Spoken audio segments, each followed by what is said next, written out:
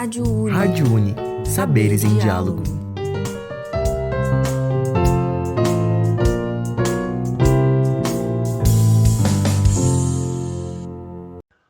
Olá pessoal, meu nome é Guilherme e eu tô aqui com a minha amiga Larissa e nós somos da Rádio Uni.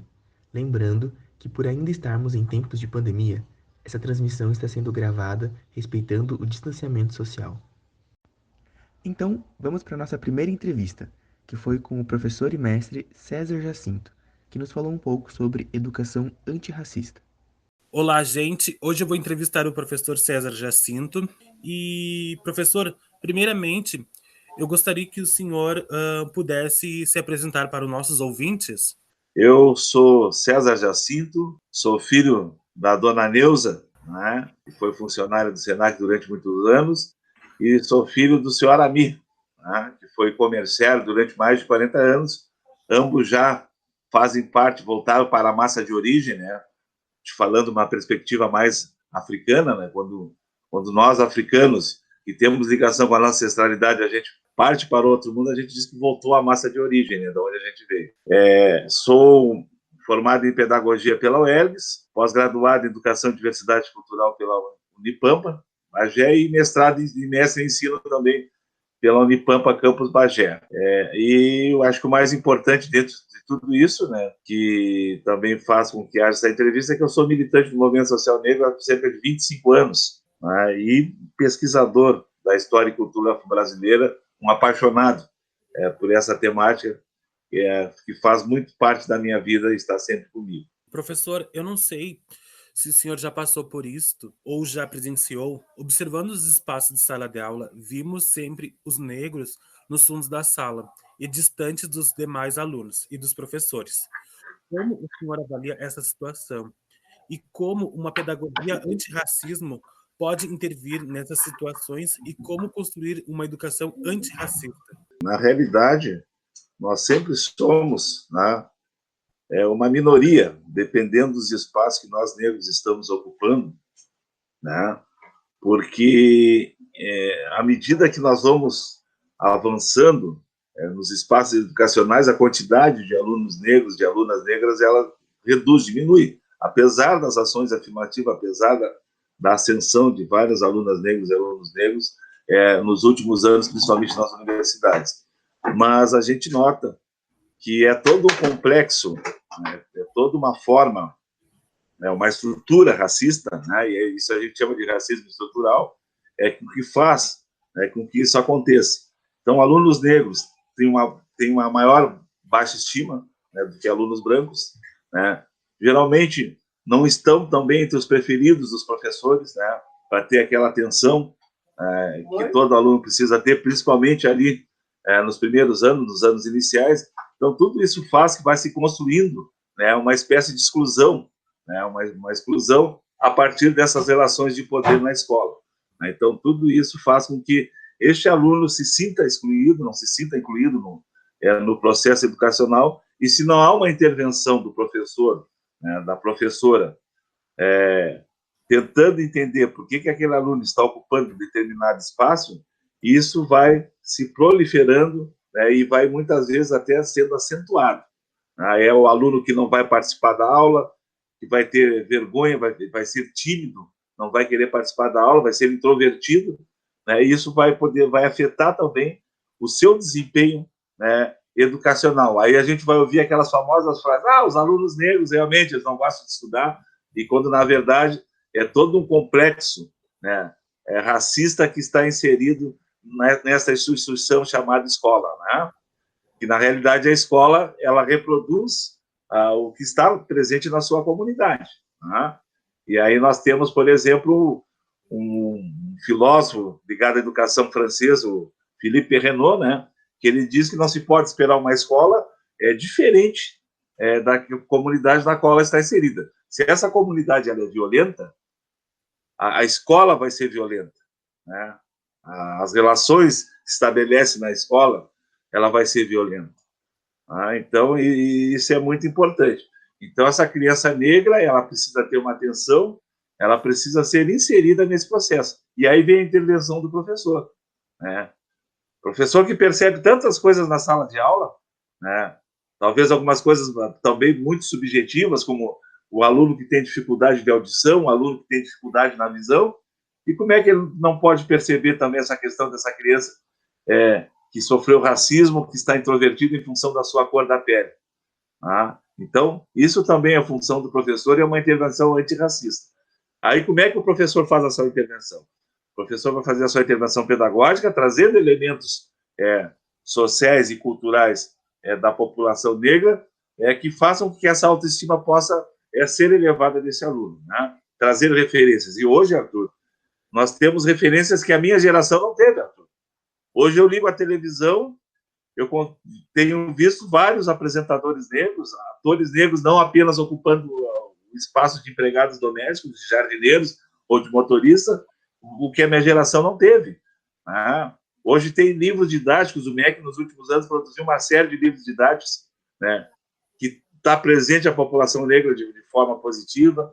Né? Houve uma ressignificação, né, do material didático e materiais paradidáticos, então hoje a gente tem essa gama. O que precisa é o professor ser intervencionista. Né? O professor precisa fazer essa parte. E é onde, muitas vezes, acaba falhando. E se não tem uma gestão da escola, que também oportunize isso, né, e colabore para que isso aconteça, aí as coisas não vão acontecer e nós não vamos ter uma educação antirracista na escola.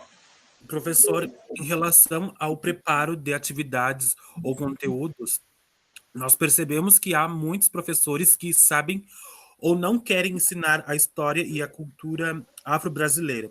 Eu, por exemplo, já me deparei com a situação de pedir à professora de história para trabalhar com a história da África e simplesmente ela diz, abre aspas, a minha formação não é para essa área. Eu não estudei isso na minha faculdade, mas pesquise e faça um trabalhinho que eu corrijo, fecha aspas. Então, como o senhor avalia essa educação que é pautada na formação europeia ou ocidental? Na realidade, nós professores não somos preparados, nenhuma faculdade, nenhuma graduação, e até mesmo uma pós-graduação lato sensu, ela vai te preparar para tudo, né? Mas aí entra a questão, né, do comprometimento do professor, da professora, com esses aspectos da educação que são extremamente importantes. Tá? Tem formação pedagógica continuada, eu mesmo já fiz formação pedagógica, desde 2013 eu faço formação pedagógica para professores aqui em toda a região, na perspectiva da história e cultura brasileira. Né? Tem cursos online, né? Tem uma série de coisas hoje, né, que permitem, né, que o professor seja capacitado paulatinamente para trabalhar essas questões. E outra, o professor ele tem que ser um professor, aprender a ser desafiado e aceitar o desafio. Se o aluno, né, chega e me diz, olha, professor, eu gostaria de trabalhar, eu vou buscar, eu vou procurar, né, eu vou procurar entender, né, esse conteúdo, esse material, para que o meu aluno tenha um aproveitamento melhor. É obrigação nossa enquanto professor. Né? Porque infelizmente, nós nos deparamos hoje, tem às vezes, muitas vezes, colegas professores que dão a mesma aula há 25, 30 anos. Né? É a mesma aula, são os mesmos questionários, né? O professor não se posiciona de forma diferente quando muda os alunos, porque cada aluno é um, cada aluno é diferente. Né? Então, nós precisamos nos adaptarmos aos nossos alunos, ao que os nossos alunos falam. Né? Então, o professor não pode ter essa resposta para o aluno, dizer que não foi preparado. Se não foi preparado para aquilo, ele vai buscar a preparação. Ele vai chegar na direção da escola e vai dizer, olha, hoje eu fui desafiado pelo meu aluno, né, para ensinar sobre a história da África e eu não tenho como. Aí a escola tem que promover uma formação pedagógica. A rede de ensino, seja ela municipal, estadual, particular, vai ter que promover essa formação pedagógica. E outra, hoje tem cursos online, eu mesmo ofereço cursos para professores. Então, quer dizer, essa desculpa que não tem material didático e que eu não sei como vou fazer, isso aí como diria outro, para inglês ver. Né? Ou, como diria no meu tempo, é conversa para boi dormir. A BNCC orienta os professores a trabalharem com as mídias digitais, ainda mais neste ano em que se desenvolveu o ensino remoto por conta da pandemia do novo coronavírus. E eu gostaria de saber qual a sua posição em relação à BNCC para o ensino remoto direcionado à população mais pobre e, sobretudo, à população negra mais atingida por essa pandemia.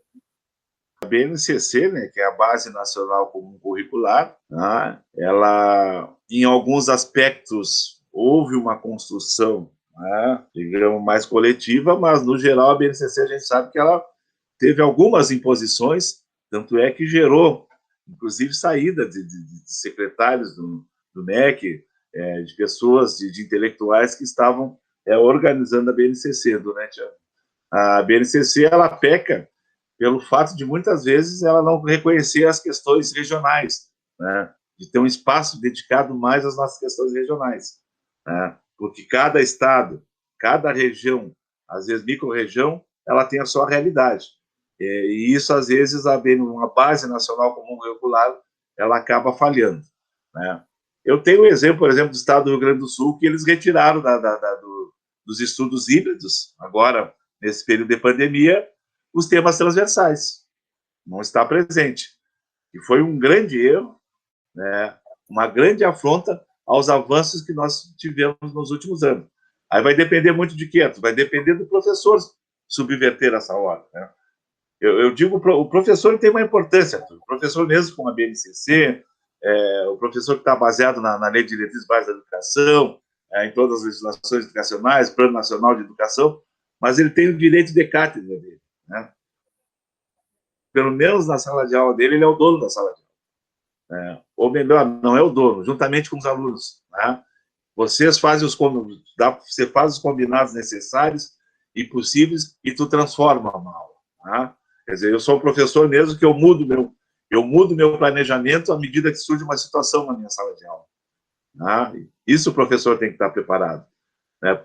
Porque os contextos sociais, culturais, comunitários, eles estão... Nós vivemos aí numa modernidade líquida, aí, seguindo o caminho do Bauman, né? Em que as coisas, elas são, a toda hora estão trocando de forma. Então, o professor tem que ser suscetível, flexível para o seu planejamento. Então, isso é muito importante. Então, infelizmente, a BNCC, ela contempla muito pouco ainda essas questões étnico-raciais e de ressignificação dos aspectos sociais e culturais da população negra. Então, professor, a nossa entrevista está chegando ao fim. E, em nome da Rádio Uni, eu agradeço gentilmente a sua disponibilidade por nos conceder essa entrevista.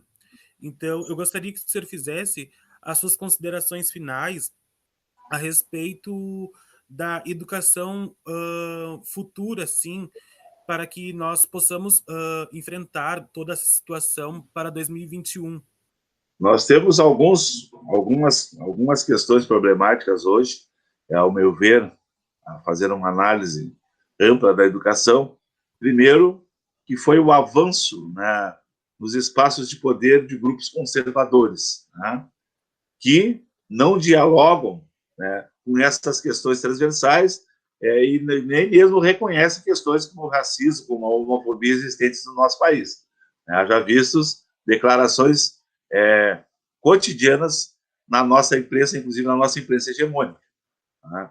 Então, urge que nós, educadores, possamos ter uma postura transgressora, né, para poder subverter essa ordem heteronormativa, homofóbica, racista, que ainda impera na nossa sociedade brasileira, né? E aqui na nossa região de campanha, região de latifúndios ainda, e hoje de monoculturas, mais ainda. Então, o professor tem que ter uma postura transgressora, né, de ir buscar no seu planejamento, de buscar em cursos de formações pedagógicas continuadas, né, uma proposta pedagógica de real inclusão dessas populações excluídas, de todos esses espaços de poderes e de saberes. Então, acho que é isso, né? O professor tem que, todo momento, tem que estar se transformando, né? Se transformando a sua ação pedagógica, transformando os seus modos de ser e viver, e transformando os seus modos, né, de viver a questão pedagógica na escola. Então, acho que era isso, Arthur. Te agradeço a oportunidade, né, a tua equipe. Também foi feita uma leitura através do Núcleo de Formação do Leitor Literário, em homenagem ao centenário da Clarice Lispector, com a crônica Mineirinho. Mineirinho, por Clarice Lispector. Suponho que é em mim, como um dos representantes do nós, que devo procurar por que está doendo a morte de um facínora. E por que mais me adianta contar os 13 tiros que mataram Mineirinho do que os seus crimes. Perguntei a minha cozinheira o que pensava sobre o assunto.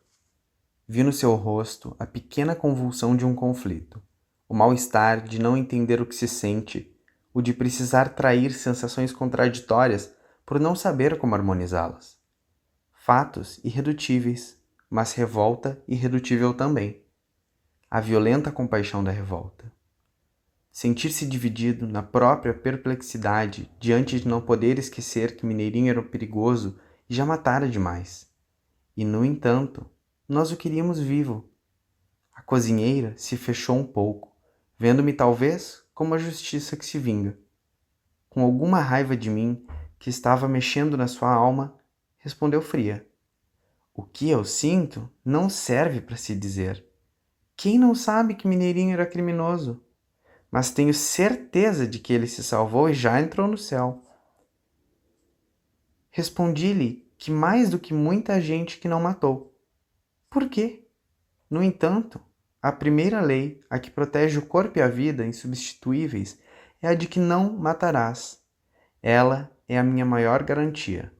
Assim não me matam, porque eu não quero morrer. E assim não me deixam matar, porque ter matado será escuridão para mim. Esta é a lei. Mas há alguma coisa que se me faz ouvir o primeiro e o segundo tiro com um alívio de segurança. No terceiro, me deixa alerta. No quarto, desassossegada. O quinto e o sexto me cobrem de vergonha. O sétimo e o oitavo, eu ouço com o coração batendo de horror. No nono e no 10º, minha boca está trêmula. No 11º, digo em espanto o nome de Deus. No 12º, chamo meu irmão. O 13º tiro me assassina, porque eu sou o outro, porque eu quero ser o outro. Essa justiça que vela meu sono, eu a repudio, humilhada por precisar dela. Enquanto isso durmo e falsamente me salvo, nós, os sonsos essenciais. Para que minha casa funcione, exijo de mim como primeiro dever que eu seja sonsa, que eu não exerça a minha revolta e o meu amor, guardados. Se eu não for sonsa, minha casa estremece. Eu devo ter esquecido que embaixo da casa está o terreno, o chão onde nova casa poderia ser erguida. Enquanto isso, dormimos e falsamente nos salvamos. Até que 13 tiros nos acordam. E com horror digo tarde demais, 28 anos depois que Mineirinho nasceu, que ao homem acuado, que a esse não nos matem, porque sei que ele é o meu erro, e de uma vida inteira, por Deus, o que se salva às vezes é apenas o erro, e eu sei que não nos salvaremos enquanto nosso erro não nos for precioso. Meu erro é o meu espelho, onde vejo o que em silêncio eu fiz de um homem. Meu erro é o modo como vi a vida se abrir na sua carne e me espantei, e vi a matéria de vida, placenta e sangue, a lama viva. Em Mineirinho se rebentou o meu modo de viver. Como não amá-lo se ele viveu até o 13º tiro que eu dormia? Sua assustada violência, sua violência inocente, não nas consequências, mas em si inocente, como a de um filho de quem o pai não tomou conta. Tudo o que nele foi violência é em nós furtivo. E um evita o olhar do outro para não corrermos o risco de nos entendermos, para que a casa não estremeça. A violência arrebentada em Mineirinho, que só outra mão de homem, a mão da esperança, pousando sobre sua cabeça aturdida e doente, poderia aplacar e fazer com que seus olhos, surpreendidos, se erguessem e, enfim, se enchessem de lágrimas. Só depois que um homem é encontrado inerte no chão, sem o gorro e sem os sapatos, vejo que esqueci de ter lhe dito. Também eu. Eu não quero esta casa. Quero uma justiça que tivesse dado chance a uma coisa pura e cheia de desamparo em Mineirinho. essa coisa que move montanhas e é a mesma que o fez gostar feito doido de uma mulher. E é a mesma que o levou a passar por porta tão estreita que dilacera a nudez. É uma coisa que em nós é tão intensa e límpida como uma grama perigosa de rádium. Essa coisa é um grão de vida que, se for pisado, se transforma em algo ameaçador, em amor pisado. Essa coisa, que em Mineirinho se tornou punhal, é a mesma que em mim faz com que eu dê água a outro homem. Não porque eu tenha água, mas porque também eu sei o que é sede. E também eu, que não me perdi, experimentei a perdição. A justiça prévia, essa não me envergonharia. Já era tempo de, com ironia ou não, sermos mais divinos. Se adivinhamos o que seria a bondade de Deus, é porque adivinhamos em nós a bondade, aquela que vê o homem antes de ele ser um doente do crime. Continuo, porém, esperando que Deus seja o Pai, quando sei que um homem pode ser o pai de outro homem. E continuo a morar na casa fraca. Essa casa, cuja porta protetora eu tranco tão bem, essa casa não resistirá à primeira ventania que fará voar pelos ares uma porta trancada. Mas ela está de pé, e Mineirinho viveu por minha raiva enquanto eu tive calma. Foi fuzilado na sua força desorientada, enquanto um Deus fabricado no último instante abençoa às pressas a minha maldade organizada e a minha justiça estupidificada. O que sustenta as paredes da minha casa é a certeza de que sempre me justificarei. Meus amigos não me justificarão, mas meus inimigos, que são os meus cúmplices, esses me cumprimentarão. O que me sustenta é saber que sempre fabricarei um Deus à minha imagem, do que eu precisar para dormir tranquila, e que outros, furtivamente, fingirão que estamos todos certos e que nada há a fazer.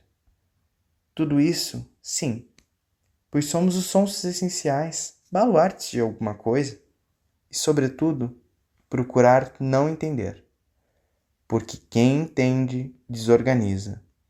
Há alguma coisa em nós que desorganizaria tudo, uma coisa que entende, essa coisa que fica muda diante do homem sem gorro e sem os sapatos, e para tê-los ele roubou e matou, e fica muda diante do São Jorge de ouro e diamantes.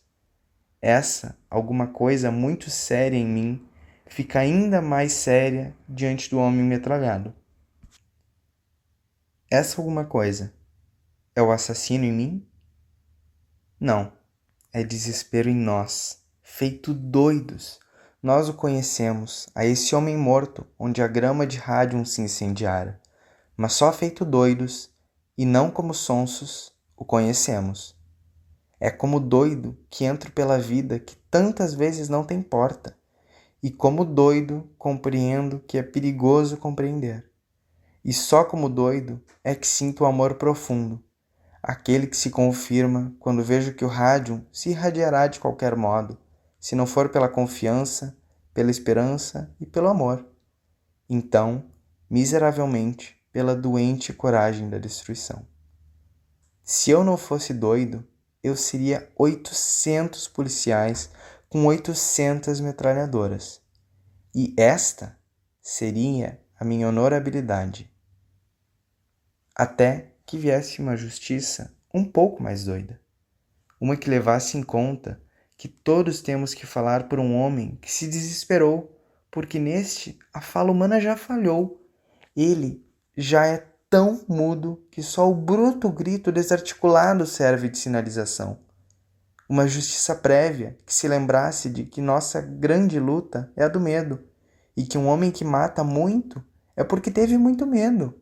Sobretudo, uma justiça que se olhasse a si própria e que visse que em todos nós, lama viva, somos escuros, e por isso nem mesmo a maldade de um homem pode ser entregue à maldade de outro homem, para que este não possa cometer livre e aprovadamente um crime de fuzilamento. Uma justiça que não se esqueça de que todos nós somos perigosos e que na hora em que o justiceiro mata, Ele não está mais nos protegendo, nem querendo eliminar um criminoso. Ele está cometendo seu crime particular, um longamente guardado. Na hora de matar um criminoso, nesse instante, está sendo morto um inocente. Não é que eu queira o sublime, nem as coisas que foram se tornando as palavras que me fazem dormir tranquila, mistura de perdão, de caridade vaga, nós que nos refugiamos no abstrato. O que eu quero é muito mais áspero e mais difícil. Quero o terreno. Além disso, entrevistamos a professora Vanessa Marques, que nos contou um pouco como está sendo o ensino em tempos de pandemia. Olá, o meu nome é Larissa e eu tô aqui com a professora Vanessa Marques, que é professora da Rede Pública de Bagé e mestre em ensino de línguas pela Unipampa. E hoje nós vamos conversar um pouco sobre o ensino remoto. Por isso, como primeira pergunta, eu queria saber como está sendo para ti planejar as aulas nesse período. Pensar em planejamento nesse momento de pandemia foi muito complicado, assim, porque eu tinha que pensar como planejar se eu não tinha um retorno, vamos dizer assim, automático dos alunos. Como assim automático? Porque quando a gente está na aula, a gente percebe quando o aluno está entendendo, quando ele não está entendendo, né? Nós repetimos a explicação, né? Esse contato, essa interação nos ajuda muito. E nesse ensino remoto, nos primeiros meses ficou muito complicado, porque tu pensar atividades em que os alunos te dariam retorno por respostas a perguntas ou questionamentos, não te dizer efetivamente se o aluno está aprendendo ou não. E, claro, nos primeiros meses as atividades enviadas eram mais revisões. E, então, foi aquilo que a gente já tinha dado nas aulas presenciais, então mandava exercício e tudo mais. Meu maior desafio foi a partir de maio, né? A partir de junho, que foi quando nós começamos a enviar conteúdos novos. E aí sim, ali foi um grande desafio no planejamento de tu pensar de que forma tu vai elaborar atividades que não criem exclusão, que tu consiga incluir tanto os alunos que têm acesso às tecnologias quanto aqueles que não têm. Eu acho que esse foi o grande desafio e esse foi o meu grande desafio e foi um grande desafio para todos os professores, porque tu pensar que a educação ela não pode ser excludente, ela tem que ser includente. E pensar numa educação includente em tempos de pandemia, em que a gente sabe, né, que nem todos os alunos têm acesso às tecnologias, têm acesso à internet ou têm um celular de qualidade, é complicado. Claro que poderia se mandar vídeos, aulas, né, videoaulas, mandar pesquisas pela internet, mas nem todos os alunos têm isso. Então, eu também teria que pensar eu tive que pensar estratégias de forma que o meu aluno que tivesse acesso à internet, o meu aluno que tivesse acesso à internet fizesse, mas aquele meu aluno que não tivesse acesso à internet não se sentisse tão prejudicado. Pensando no contexto atual, quais as estratégias tu vem usando com a turma para que eles consigam aprender? Bom, pensar nas estratégias nesse tempo de pandemia para aprender, primeiro eu penso que as estratégias têm que ser muito diversificadas, né? Então, numa escola, por exemplo, nós utilizamos o Google Sala de Aula, que eu vejo como um grande benefício porque ele cria uma linha de aprendizado. Então, o aluno não se perde nas atividades, como no caso de uma outra escola que é pelo grupo do WhatsApp, por exemplo. Então, tu manda atividade lá, mas aí ele se perde na atividade, aí tu tem que mandar de novo, né? E se tá com a atividade atrasada, tu manda de novo. E lá nessa outra escola, em que é o Google Sala de Aula, fica muito mais fácil de tu organizar também o teu planejamento e diversificar as estratégias. Então, eu penso assim, eu não posso mandar sempre a mesma coisa para eles fazerem copia e respondo. Não, né? Manda um vídeo, manda as perguntas em formulário, porque isso também facilita bastante. Como os nossos alunos são nativos digitais, como o Prensky falou, né? Eles são nativos digitais, eles são muito imediatos, então eu não posso criar atividades também que demandem muito tempo, porque eles acabam, como eles estão sozinhos em casa, Alguns têm as famílias ajudando, mas digo sozinhos, sem aquela questão da escola, o ambiente escolar, em que ele já se organiza, porque ali é o momento de aprendizado e tudo mais, e está sem o professor. Eu tenho que pensar em estratégias em que o meu aluno sozinho consiga avançar naquelas atividades e que aquela atividade faça algum sentido para ele. Então, eu tento aproximar o máximo do contexto em que meu aluno está inserido. Né? Então, eu trouxe atividade, por exemplo, em espanhol, eu trouxe atividades sobre direitos humanos, sobre a luta pela democracia, sobre juventude, né? Então, isso tudo vai sobre arte urbana. Então, são tudo coisas que vão aproximando com o que nós estamos vivendo, com o que eles vivem, o contexto deles, e eu acredito que essas estratégias são mais fáceis. Mas aí eu vou diversificando as atividades, né? Um momento vai ser perguntas pelo Forms, pelo Google Forms, outro momento vão ser análises de imagens, vídeos, música. Então, essas estratégias, tudo para construir aquele conhecimento, né? Dentro daquela temática. Então, eu escolhi uma temática e diversifiquei as minhas estratégias dentro daquela temática ali, para que isso prendesse o aluno, que ele tivesse vontade de voltar e fazer a próxima atividade. E aí, nessas respostas, nessas devolutivas, é que a gente consegue perceber, que eu conseguia perceber, que meu aluno estava entendendo aquela atividade. Então, e também uma coisa que eu pensei assim, não é porque ele está em casa, é que ele vai ter todo o tempo do mundo para fazer os exercícios, o que eu mandar. Né? Até porque não é só a minha disciplina, eles têm 8, 9, né? Os ensino fundamental, por exemplo, tem 8, 9, ensino médio nem se fala. Então, eu também tenho que pensar algo que não fique tão dispendioso para eles. Então, os meus alunos sabem que os exercícios que eu mando, 98% são através do Google Formulários, porque para eles fica mais fácil. Eles acessam, eles respondem e eles enviam. Então, não fica aquela questão de copia no caderno, responde no caderno, tira a foto, manda pela plataforma. Isso já despende mais tempo. Não estou criticando, estou só colocando a questão de que essa estratégia de utilizar o Google Forms, eu vi que foi uma estratégia muito acertada, assim, porque eu tive muitas devolutivas, principalmente lá antes de maio, né, antes de junho, na verdade, que nós tivemos a parada em maio, naqueles meses antes da parada, o quanto os meus alunos devolviam porque era pelo Forms. Então, eles acessavam, para eles se tornava muito mais fácil. Né? Então, eu também penso que não dá para pensar em dificultar nesses momentos de exceções que nós estamos vivendo agora. E tu consegue ter algum retorno através das atividades propostas?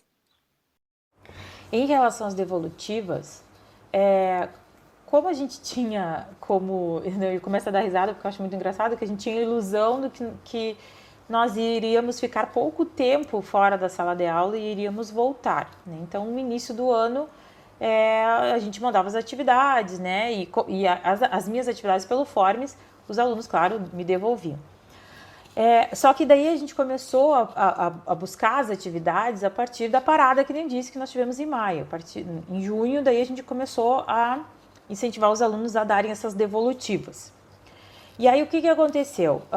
Aconteceu que nós não temos, infelizmente, 100% dos alunos dando devolutivas. No início eram bem pouquinhos, agora nós já temos bem mais. Eu tenho turmas com mais de 50% me dando devolutiva. É o ideal? Não, não é o ideal. O ideal seria que todo mundo desse a devolutiva, mas isso mostra a questão da desigualdade que a pandemia veio a mostrar, né? Num cenário não muito agradável, vamos dizer assim, nu e cru, a verdade nua e cru da desigualdade que nós vivemos aqui no país. Então, a gente tem um trabalho efetivo das supervisoras da escola, né, um trabalho efetivo da equipe diretiva, nós como professores, né, cobrando, pedindo, incentivando, né, o cobrando não é uma palavra muito bacana, eu acho que incentivando muito a questão do aluno dar essa devolutiva, porque ela é importante para que a gente saiba em que momento, em que pé de aprendizado está o aluno, né? E também teve aquela cultura de achar que o ano está perdido, não vai dar nada, né? E quando a maioria dos alunos perceberam que o ano não estava perdido, que esse ano realmente ia valer, eles começaram a baixar a cabeça e trabalhar. E uma coisa que eu fico muito impressionada, por exemplo, no ensino médio, eu tenho turmas que a maioria daqueles que me dão devolutiva são aqueles que trabalham. Então, a gente tem um outro cenário aí de adolescentes, jovens, né, adultos que têm na educação um peso muito grande. Então, pensar que essa formação é essencial para aquele emprego dele, né, para aquela pós-vida depois de ensino médio, que aquilo vai trazer um retorno para ele mais adiante. E isso me deixa muito contente. Até porque a pandemia veio para mostrar para todo mundo o quanto o nosso país é desigual, e a gente que está em escola pública, né, na educação básica, e eu trabalho numa das escolas centrais que tem muito aluno da periferia, e isso mostra muito claramente, e não só os alunos da periferia, né, mas a gente vê muito claramente a questão dessa desigualdade que nós temos em acesso, desigualdade em acesso às tecnologias, em acesso a serviços públicos, em acesso a questões básicas, né, aos direitos básicos que todo mundo tem. E isso se refletiu na escola de alguma forma, né, porque nós tivemos alunos, por exemplo, eu tive um aluno num colégio que ele trocou de turno porque a renda da família diminuiu com a pandemia e ele teve que sair para ajudar a trabalhar, né, teve que sair para trabalhar para ajudar financeiramente em casa. Mas são essas coisas que... isso serve também, acho que, muito para repensar, né? Repensar muita coisa para o próximo ano, para os próximos anos de educação também, de educação básica, principalmente. Então, e tu encontrou dificuldades em se adaptar a esse sistema?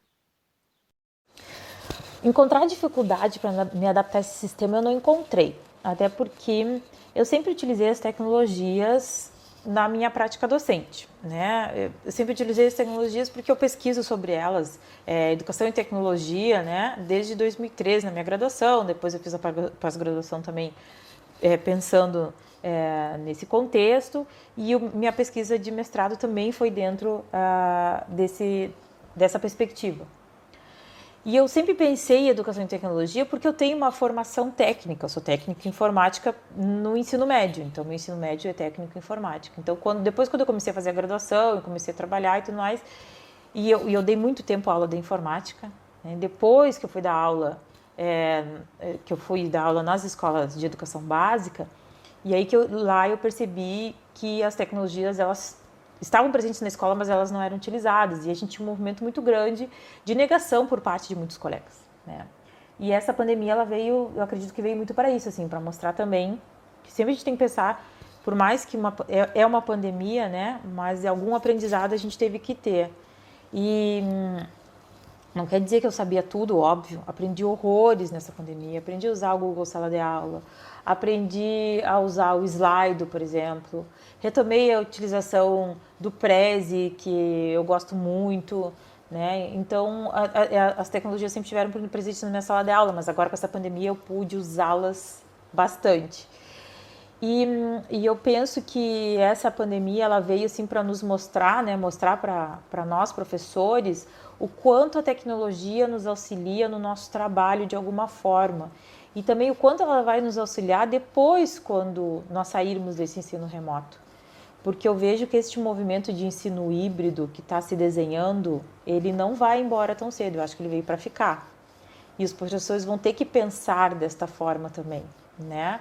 Otimizar o seu trabalho, otimizar o trabalho otimizar o trabalho na escola, diversificar os trabalhos para a questão da aprendizagem, né? Fazer com que isso se torne um aliado e não um inimigo da educação.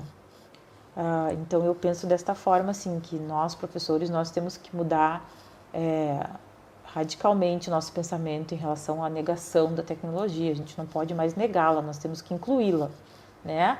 Nós temos que incluí-la para que a escola não se exclua dentro desse mar todo, né? De avanços tecnológicos, porque senão a escola fica para trás.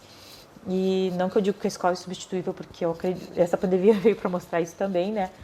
Mas eu vejo que esse movimento, assim, nós temos que dar uns passos mais à frente, em relação ao uso da tecnologia dentro do ambiente escolar. que acredito que vai mais agregar ao nosso trabalho do que mesmo nos criar problemas.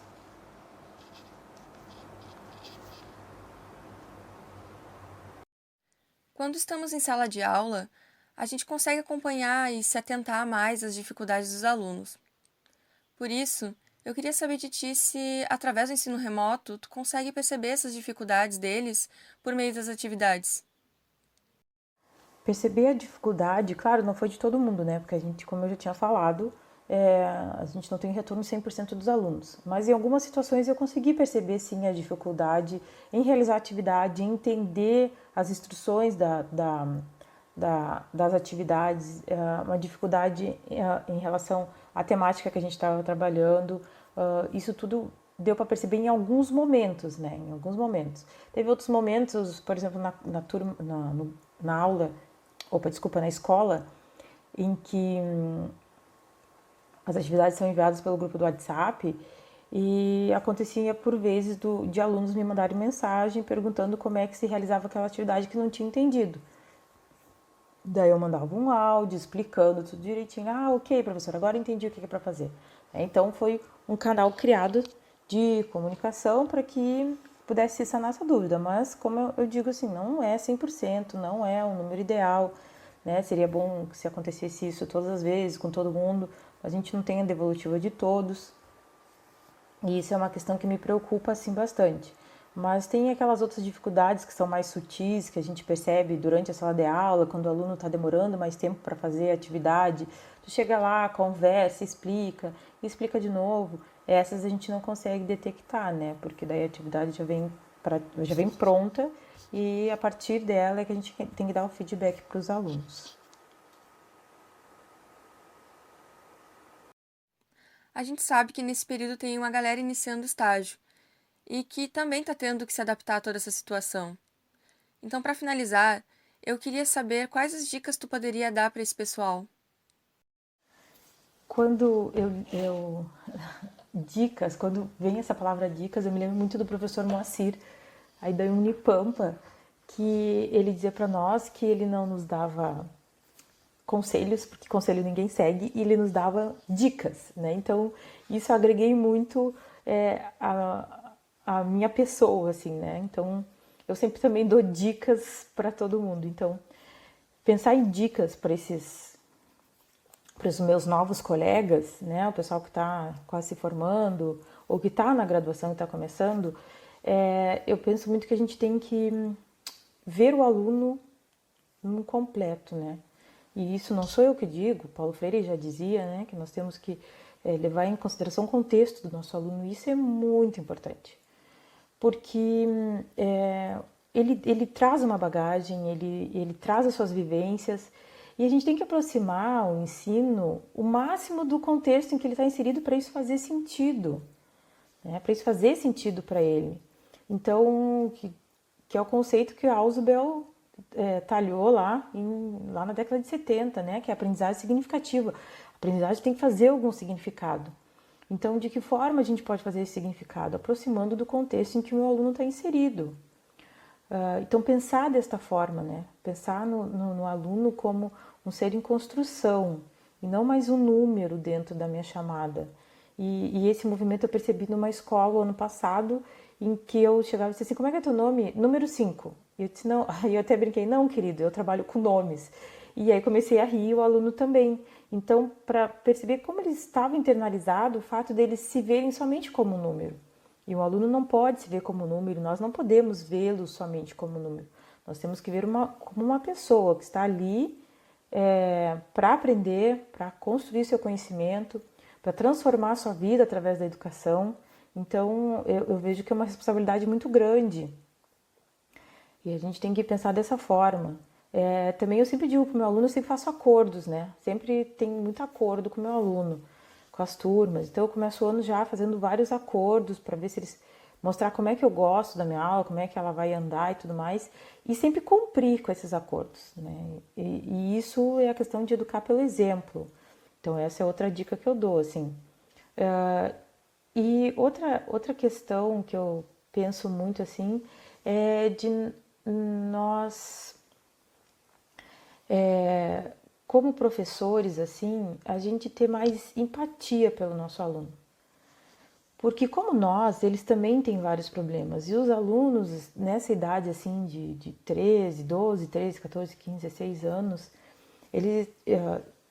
eles passam, eu não digo todos, né, mas nós temos uma leva muito grande de adolescentes com algum problema, ou que eu estava conversando com os meus alunos do 8º ano, né, a gente tem os conflitos familiares, e, e a gente tem essa empatia pelo aluno, esse olhar, saber quando é que o aluno não está bem, né, daqui a pouco tu vê que ele está mais tristinho, então ter esse outro olhar pelo aluno, mas eu vou me tornar psicóloga, não, né? Mas eu vou me tornar uma pessoa em que eles sabem que se pode confiar. E aí, quando a gente tem esse laço afetivo dentro da educação, ela dá muito certo. Porque o aluno sabe que pode confiar em ti, ele vai se comprometer contigo de alguma forma, né? Não, a professora está lá e ela está me ajudando, então eu também vou me comprometer com o componente curricular dela, com as atividades que ela propõe, com aquela que está nos ensinando. Então, quando há esse compromisso, né, se cria essa empatia, se cria esse laço, eu vejo que dá muito certo. Então, claro que a gente não tem como absorver os problemas de todo mundo, porque a gente também tem os nossos, né? Mas a gente pensar no aluno assim, às vezes até uma mão no ombro, dizer, tu tá bem, tá tudo bem. Eles acabam te dizendo se tá ou não tá tudo bem. E aquele dia que ele não tá tudo bem, não dá pra gente ficar cobrando também, né? Então, deixa para outro dia. Bom, fulano, então tá, não tá tudo bem. Tenta fazer a atividade mesmo assim. Se tu não conseguir, traz para a próxima aula, daí a gente conversa. Isso dá muito certo, assim, muito certo. E acredito que seja isso, assim, são essas dicas que eu dou pros meus futuros colegas, né? E pensar na educação como algo transformador. Que pode transformar, né? Transformar o futuro desses alunos nossos. Que nem diz meus pais, eles sempre disseram que a única herança que eles poderiam me deixar, que nunca ninguém ia me tirar, era a educação, né? Era o ensino formal, era essa questão de estar na escola, de ter minha graduação, de ter passar pelas etapas da educação básica, depois a graduação, pós-mestrado, e realmente isso é algo que ninguém nunca vai me tirar, né? O conhecimento ninguém tira da gente. Então, é mostrar a importância da educação desta forma, né? Que ninguém vai poder tirar o conhecimento deles e o conhecimento transforma, é um agente transformador da realidade. Então, a gente pode começar do zero, mas se a gente tem uma boa formação, se a gente tem uma boa formação, digo, né? Questão de níveis de escolaridade, se a gente tem estudo e tudo mais, isso vai acabar nos ajudando a nos reerguer. Então, são essas as dicas para os meus colegas e que não desistam, assim, né? Que a educação, ela é encantadora. Para mim, ela é muito encantadora.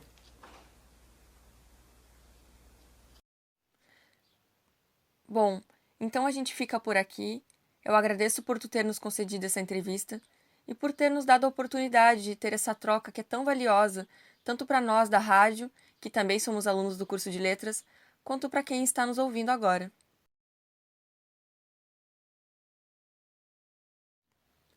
Para saber mais sobre as práticas educacionais que estão sendo realizadas com as crianças no período de isolamento social, conversamos com a psicopedagoga Alessandra Mendes.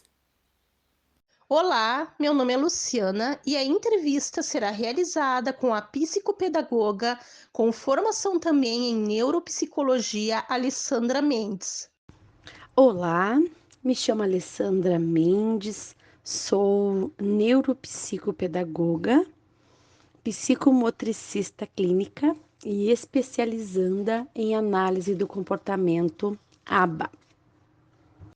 Alessandra, sabemos o quanto a pandemia afetou o dia a dia de pais e professores. Como as famílias podem contribuir com o aprendizado das crianças no período de pandemia? Primeiramente, é de suma importância que, na medida do possível, os pais estabeleçam uma rotina estruturada para as crianças, mesmo que essas não estejam frequentando a escola física, algumas ainda não retornaram para as atividades extraclasse, estão só em casa. Então, a primeira dica é a rotina estruturada.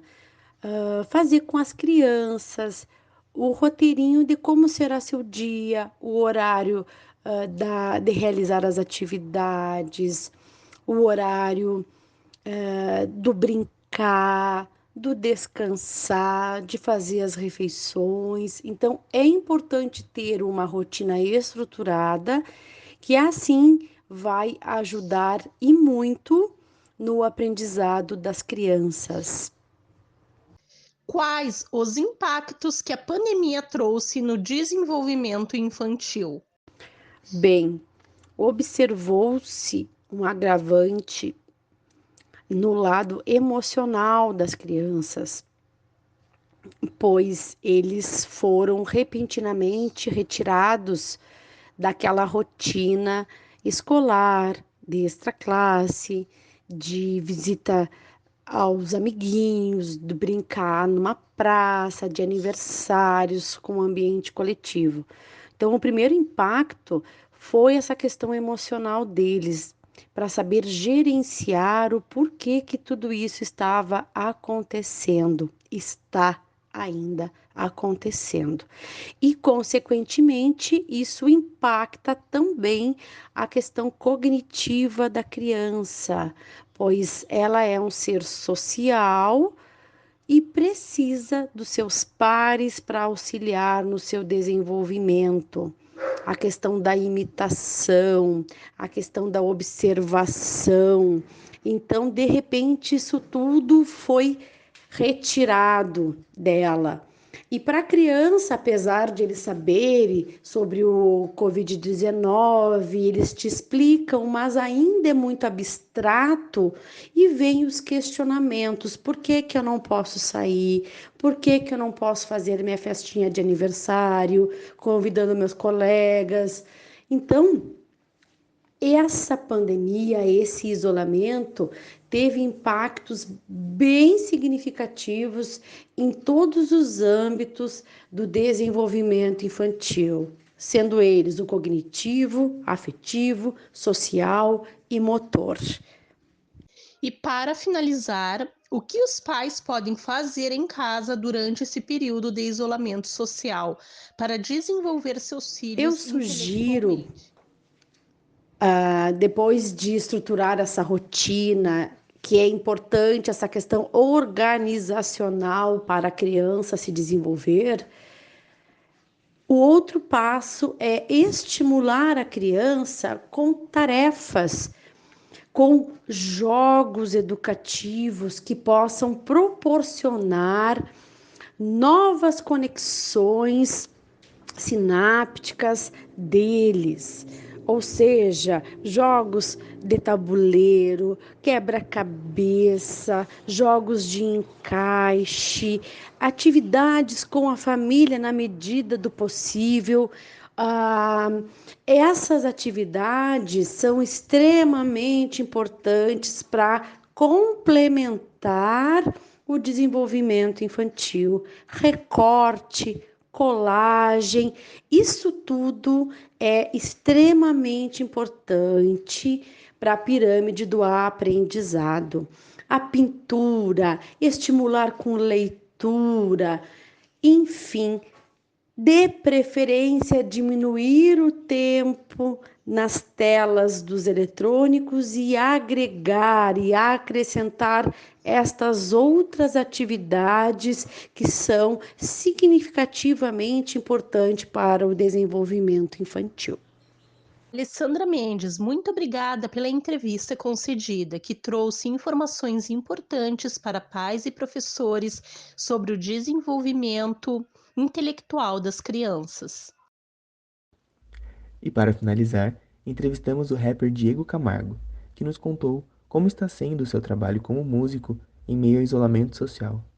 Olá ouvintes, eu sou o Marcos e hoje eu trago para vocês a entrevista com o rapper e bolsista do PET História da África, Diego Camargo. Meu nome é Diego Camargo de Lima, musicalmente sou conhecido como DG Nas redes sociais sou conhecido como Capeta de Quebrada. Também sou discente do curso de Serviço Social, Campo São Borja, e bolsista do PET História da África. Mandando também um grande abraço aí pro pessoal do PET. Aí acho que dei muita importância aí esse programa aí no Campo São Borja. E o que ele faz, né? Cada um, né? Acho que muito importante trazer isso aí. Sou natural da cidade de Dom Pedrito.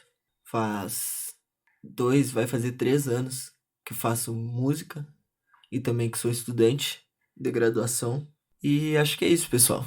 Quando que você decidiu seguir carreira no rap? E o que o rap representa na sua vida? Acho que o dia que eu decidi que eu queria seguir a carreira no rap foi quando Foi no mesmo ano que eu entrei na faculdade, em 2018.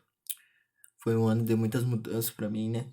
Passei por problemas também pessoais, depressão e o rap, ele me salvou, né? O rap, a cultura hip hop, eles me salvaram, né? Desse problema que eu tive, né?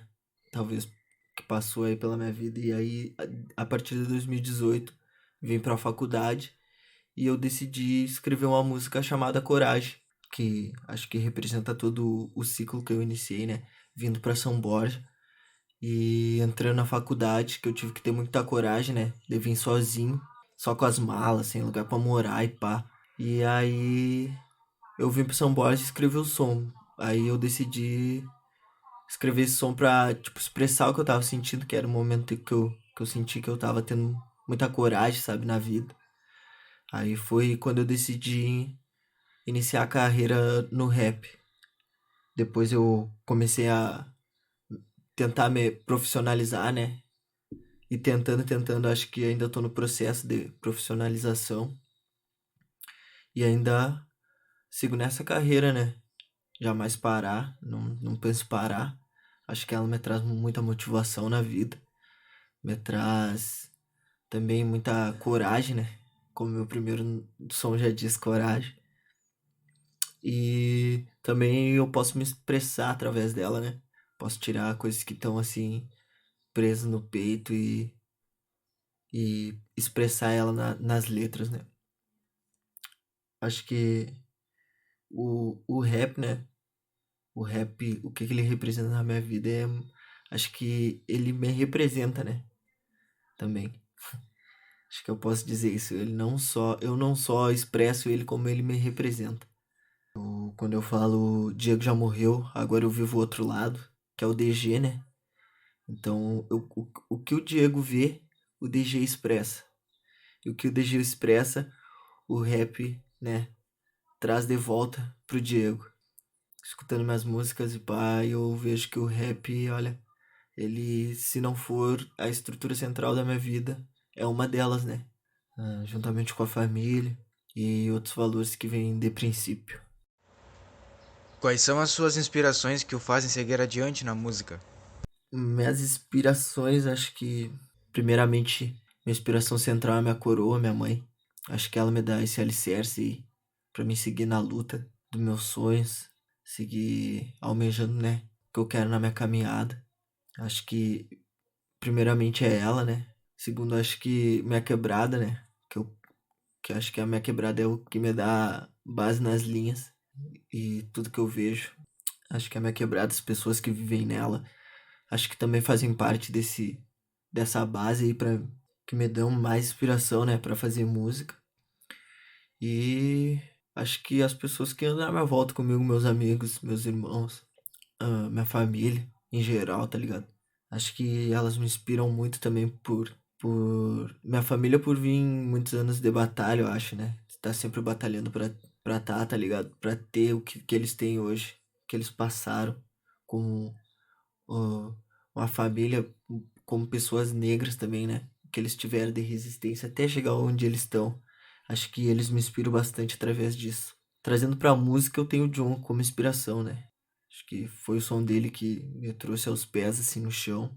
Dentre outros Racionais, Clara Lima, Isa Sabino, Cristal, Zudzilla, Epifânio, Guima. Vários mano aí que... O D da Flora, tá ligado? Os pessoal aqui do Sul. Vários mano. Mas a pessoa central, assim, que me deu inspiração no rap mesmo foi o Djonga. Acho que ele é um cara que me inspira. Eu vejo através dele, assim, um pouco até da minha história. Não que seja igual, né? Nenhuma história é igual. Mas o que ele passou e o que ele tenta expressar e representa, acho que eu me baseio um pouco por ele. Como muitos também devem se basear, e ele deve ter salvado a vida de muitos também. Mas acho que é nessa linha aí de inspirações que eu sigo. Você acredita que seja possível a união entre o rap e a educação? Não só acredito, como ela já se faz possível, né? Acho que rap e educação, eles não andam junto, mas se atravessam, né? Porque o rap como resistência, ele é educativo, tá ligado? Ele te dá uma realidade social, ele te mostra as coisas que talvez tu não via, tá ligado? Ele te situa assim, ó, ele te situa num local assim que tu talvez não tenha passado, e como aquilo reflete, né? Como aquele local reflete assim na tua consciência, como essa reflexão chega na tua consciência, sabe? Então a gente vê rappers que fazem livro, como o MVP, o Emicida, e livros educativos falando de realidades, falando de jovens, crianças, sabe? É uma forma de que eles puderam se expressar através de livros para chegar em jovens de periferias, pessoas que vêm de bairros pobres, também como representantes para referência, não só para as pessoas pretas, mas como as demais pessoas, mas principalmente as pessoas negras, né? São muita referência. E como muitos autores e autoras aí da educação são referência também pro rap, né? Porque o rap, ele tem... Acho que ele também impacta na mesma forma que a educação impacta, tá ligado? A educação, acho que a base, né? Então, ela tem que vir de uma coisa pra gente pensar, né? E o rap traz isso, traz essa crítica, traz essa reflexão pra gente pensar. E a educação, acho que também tá nessa bolha, assim, de reflexão, de pensamento, levar além. E não de reprodução, né? De uma educação bancária, que também tem um rap bancário, né? Um rap onde tu só escuta, mas não reflete o que as pessoas estão falando. E a educação também tem isso, né? Acho que tem às vezes a educação, ela não sendo didaticamente da forma que era para ser repassada e refletida, né? Para as crianças jovens. Acho que ela chega como uma reprodução do mesmo, reproduzir do mesmo. E acho que é nesse pique aí que segue, tá ligado? Quando não se tem uma união, né? Acho que tu unindo a arte com a educação, a arte em todos os sentidos, no seu sentido mais amplo, na sua totalidade mais ampla, acho que ela tem o mesmo impacto, né? Os mesmos impactos. O rap, a arte e a educação têm os mesmos impactos e traz essa reflexão em sociedade. Então a gente precisa ter essa união, né? Esse vai e vem entre o rap e a educação. E também as demais artes com a educação e também as outras áreas além da educação, né? Valeu pela entrevista, só agradeço aí pelo convite aí do Pet Letras, né? Pra entrevista pra Rádio Uni, e mando um abraço pra todo o pessoal aí, pra toda a Unipampa aí, pra todas as Unipampa. E até mais ver, a gente se fala por aí, né? Então é isso, muito obrigado e agora fiquem com a música.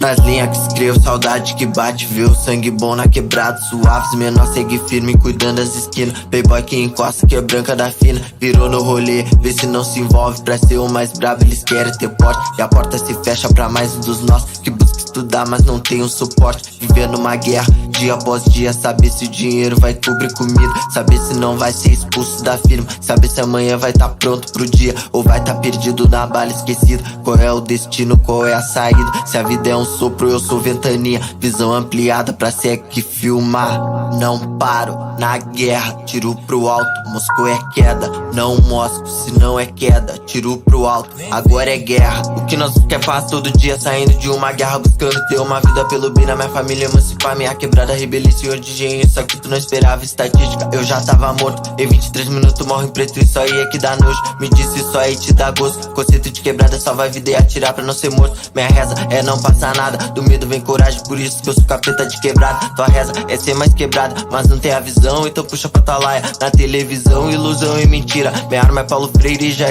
tá na mira. Eu sou pé de feijão, cresço da noite pro dia, mas se esquecer da base, beco, Hutlers família. Não paro na guerra, tiro pro alto, Moscou é queda. Não mostro se não é queda, tiro pro alto, agora é guerra. Não paro, tiro pro alto, Moscou. Não mostro, tiro pro alto, agora é guerra. BRF família.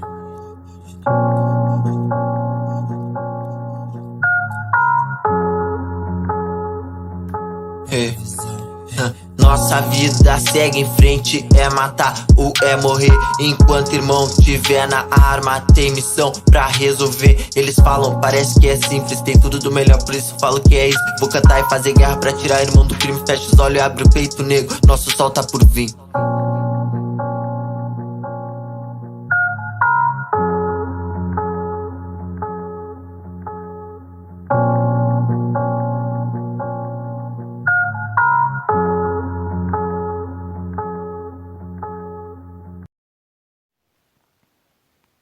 Bom, gente, então a gente fica por aqui. Espero que vocês tenham gostado da nossa programação e fiquem ligados nas nossas próximas edições por meio das nossas redes sociais. Até mais!